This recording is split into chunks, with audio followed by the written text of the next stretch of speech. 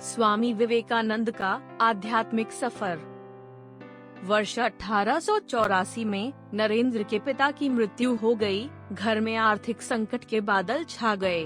पिता की मृत्यु के पश्चात उन्होंने बीए की परीक्षा उत्तीर्ण की और कानून की पढ़ाई करने लगे। उस समय उनकी गरीबी का आलम यह था कि वे फटे पुराने कपड़े पहनकर और बिना जूते के कॉलेज जाते थे। परंतु इस दरिद्रता में भी उनका ईश्वर और अध्यात्म के प्रति आकर्षण कम नहीं हुआ। नरेंद्र और रामकृष्ण परमहंस के बीच निकटता बढ़ती ही गई।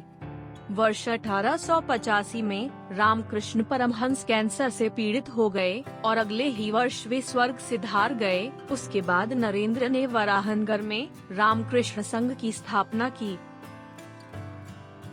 हालांकि बाद में इसका नाम रामकृष्ण मठ कर दिया गया।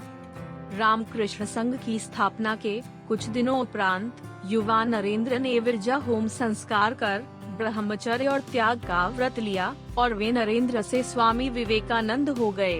वर्ष 1888 तक वे वराहनगर में ही रहे और उसके बाद वे भारत भ्रमण पर निकल पड़े। वाराणसी, अयोध्या, लखनऊ, आगरा, वृंदावन और हाथरस होते हुए वे हिमालय की ओर निकल पड़े।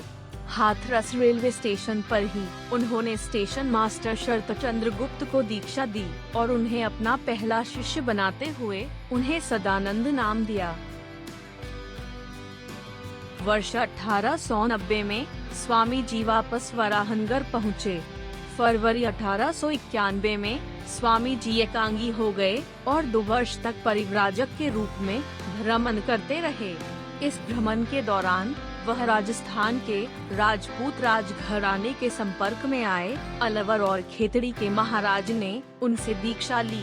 राजस्थान की यात्रा के बाद वे मुंबई होते हुए दक्षिण भारत की यात्रा पर निकल गए।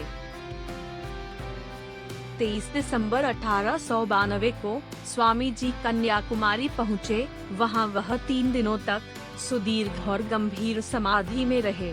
वहाँ से वापस लौटकर वे राजस्थान के आबू रोड में निवास करने वाले अपने गुरु भाई स्वामी ब्रह्मानंद और स्वामी तुरानंद से मिले। इस मुलाकात में उन्होंने अपनी वेदना को स्पष्ट करते हुए कहा था, मैंने पूरे भारत का भ्रमण किया है। देश की दरिद्रता और लोगों के दुखों को देखकर मैं बहुत व्यथित हूँ। अब मैं इनकी मुक्ति के लिए अमेरिका जा रहा हूँ। सर्वविदित है कि स्वामी जी की इस अमेरिका यात्रा के बाद दुनिया भर में भारत के प्रति सोच और विचार में कितना बड़ा क्रांतिकारी परिवर्तन आया था।